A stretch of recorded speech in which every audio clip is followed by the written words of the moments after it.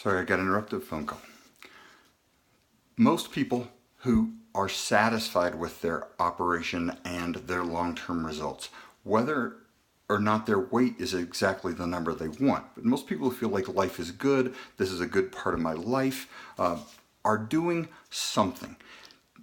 I think most people's roadmaps are individual and they need to find their personal challenges and their personal strategies that work for them. However, almost everybody who is satisfied long term with their health is doing whatever exercise their body will sustainably do. And I really want to focus on sustainable because a lot of folks who are never exercisers feel like you're asking me to be somebody I'm not.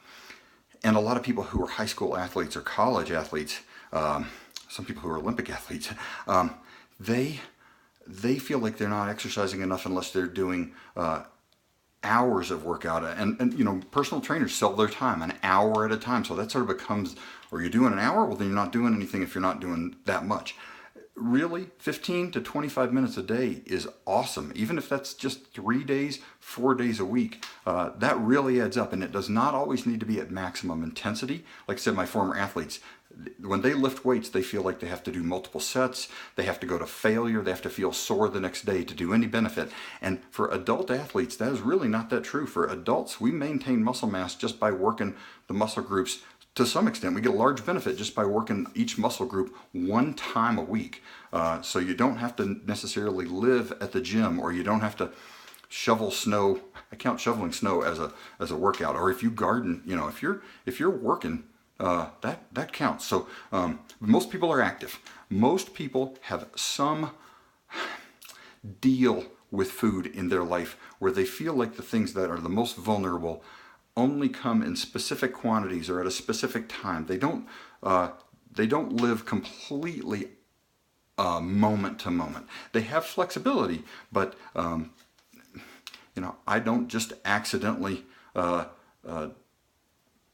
don't even know. I don't forget to brush my teeth that often because the toothbrush is right on the way out of the bathroom in the morning, right? It's there. I don't have to go find it. I make things relatively easy so that I don't have to use a lot of willpower in my day-to-day diet. And a lot of people do that same thing.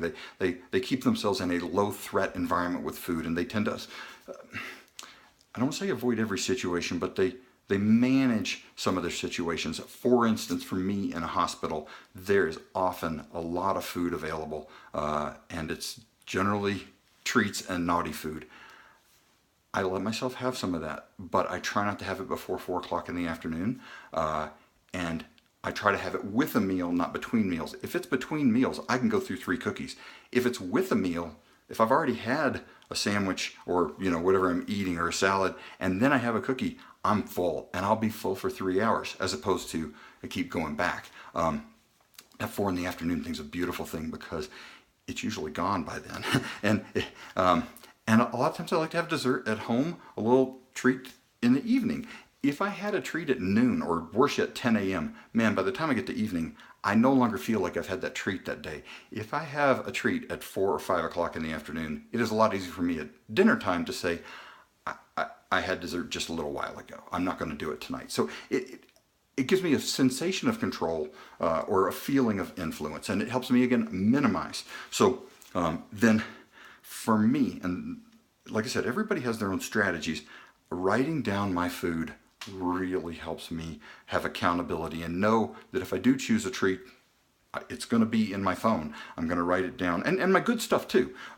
And I even more routinely write down all my exercise. I never exercise without writing it down. I want it to go in there. It makes me happy to look at. A lot of folks do various things to manage stress, and we live in this modern era where we're under a lot of stress. Mindfulness-based stress reduction or meditation type treatment can be helpful for people, making sure that if you do have antidepressant medications that you stay on them, but mainly having the relationships, mainly having support. And I think there are 3 parts to support. My fingers in the screen there. There is professional support, and that is us. That is the office. You need the pros.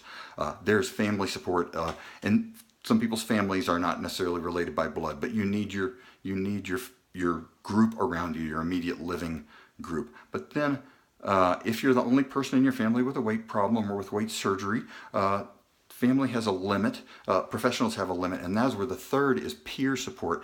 And I really think for a lot of folks that has been support group coming in and spending time, an hour a month, or even if you come 4 times a year, it's still good to have your group, your team of peers that are sharing some of the journey, and we're not all the same. But it's nice to talk about those same language with people who at least understand some of what you're going through, most of what you're going through a lot of times.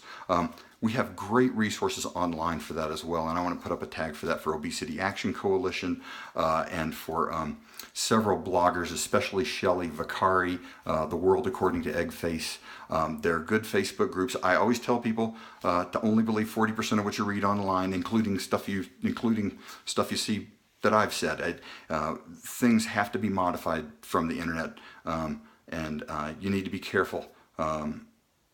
But I still think there's very good support out there, and it can be a really great part because anxiety is a trigger for a lot of us, and various emotional triggers. The other one I wanted to say is the Weight Loss Surgery podcast. Rieger Cortell is a family nurse practitioner in Oregon, and she has interviewed over 80 people. She's interviewed me a couple of times. I really like the one that she had me do where we talked about the rules. And I think she does such a great job of listening to everybody and understanding. I don't know, just listening to people. So I can't recommend that too much. It's really wonderful. The Weight Loss Surgery podcast, and if you Google under Rieger, Reeger, Cortell, Cortell, it'll come up.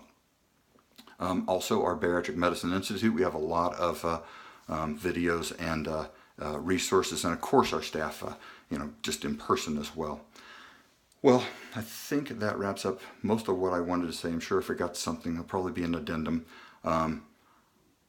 There's a lot more to talk about. This is an introduction, but hopefully it's a good overview. And if you, it'll allow you to come in with some more refined, specific questions. I definitely think you should go watch our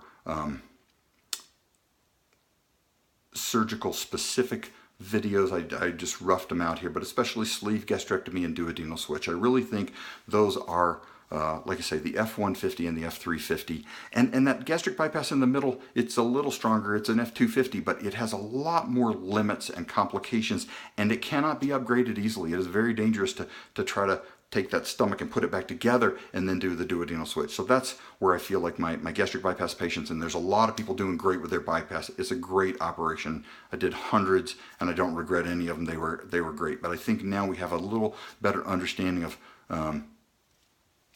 we make progress in medicine, and we try to do best practices as our current understanding of risk versus benefit. And I guess I'd like to wrap up with that. This is the same conversation I would like to have with somebody in my family, a cousin or a relative or neighbor down the block, or a nurse who's a friend who would come in and talk to me about this. I try to practice my mama school of medicine, where I think we're trying to do our best with everything we know, understanding that there is risk that can't be completely eliminated, but that can be really modified. I think a lot of people don't understand how powerful the tools are these days to make surgery very much safer. Really, even every few years, it's pretty amazing, the team we have around us. And I guess that's the last thing I would say, is that you do want to make sure you don't just pick your surgeon or your operation, that hospitals are important, and the other team and providers around us really are critical. And I think that's my biggest scary thing about people going out of country, is the variety of backup that those surgeons have in other countries. So you're saving maybe a little money on the front end, but it's at a lot more risk in other ways. Thank you so much. I hope that helps, and definitely don't be afraid to ask questions. I like it when people come in with a list of specific questions. Make sure you got your important ones at the top, but it's good to come in with a list. And the final word on that is, remember that talk is not free. You make an appointment, there's going to be a bill for insurance and you have an out of pocket. But talk is pretty cheap as it goes, and really coming in one-on-one and having a discussion is not a commitment that you're going to do anything at all. You come in and get your individual risk assessment and your individual discussion and get your questions answered. I think it's incredibly valuable, even for people who say, I know I want to do this, but I want to ask some more questions about that.